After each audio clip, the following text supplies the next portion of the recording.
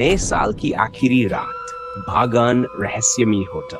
ठंड अपने चरम पर थी और शिमला की वादियों में बर्फबारी हो रही थी।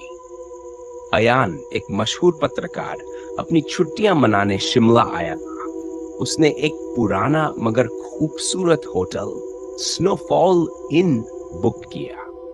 होटल पहाड़ों के बीच खड़ा था, लेकिन अयान ने गौर किया कि वहां ज्यादा मेहमान नहीं थे। रिसेप्शन पर एक बूढ़ा मैनेजर बैठा था, जिसने कहा, सर, रात में खिड़की मत खोलिएगा, यहाँ अजीब चीजें होती हैं। अयान मुस्कुराया और अपने कमरे में चला गया। बाहर बर्फ गिर रही थी और घड़ी में रात के 8 बज रहे थे। अगले 1 घंटे में नया साल आने वाला था। रहस्यमयी लड़की। अचानक खिड़की के पास किसी के गाने की हल्की आवाज आई। अयान ने पर्दा हटाया तो देखा कि एक लड़की लाल शॉल में खड़ी थी। हैप्पी न्यू ईयर, उसने मुस्कुराकर कहा। अयान चौंका, क्योंकि बाहर इतनी ठंड थी कि कोई इतनी देर खड़ा नहीं रह सकता था। उसने खिड़की खोली और पूछा, आप यहाँ क्या कर रही हैं? लड़की ने धीरे से कहा, मैं हर साल यहाँ आती हूँ, इंतजार करने। बीते हुए साल की कहानी। अयान ने लड़की को अंदर बुलाया। उसने अपना नाम सोफिया बताया।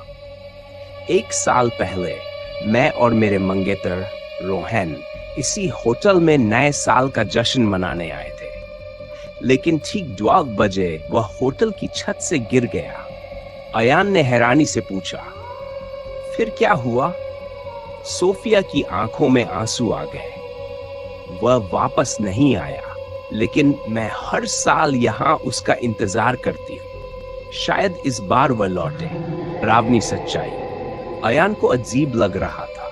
उसने रिसेप्शन पर जाकर सोफिया के बारे में पूछा। बूढ़ा मैनेजर डर से कांप उठा और बोला, सोफिया, वह तो 1 साल पहले मर चुकी थी।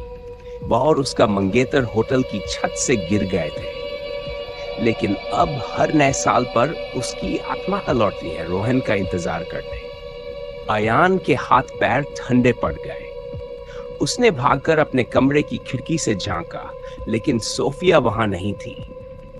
तभी घड़ी ने 12 बजने का संकेत दिया और होटल के गलियारे में एक दर्दनाक चीख गूंजी।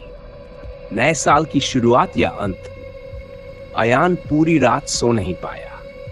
सुबह जब उसने होटल छोड़ा तो एक आखिरी बार खिड़की से झांका। वहां बर्फ पर हैप्पी न्यू ईयर अयान लिखा हुआ था। क्या यह सोफिया का आखिरी संदेश था, या वह अगले साल फिर लौटेगी? यह कोई नहीं जानता। यह कहानी नए साल के जश्न में छुपे एक भूतिया रहस्य को दिखाती है। आपको कैसी लगी?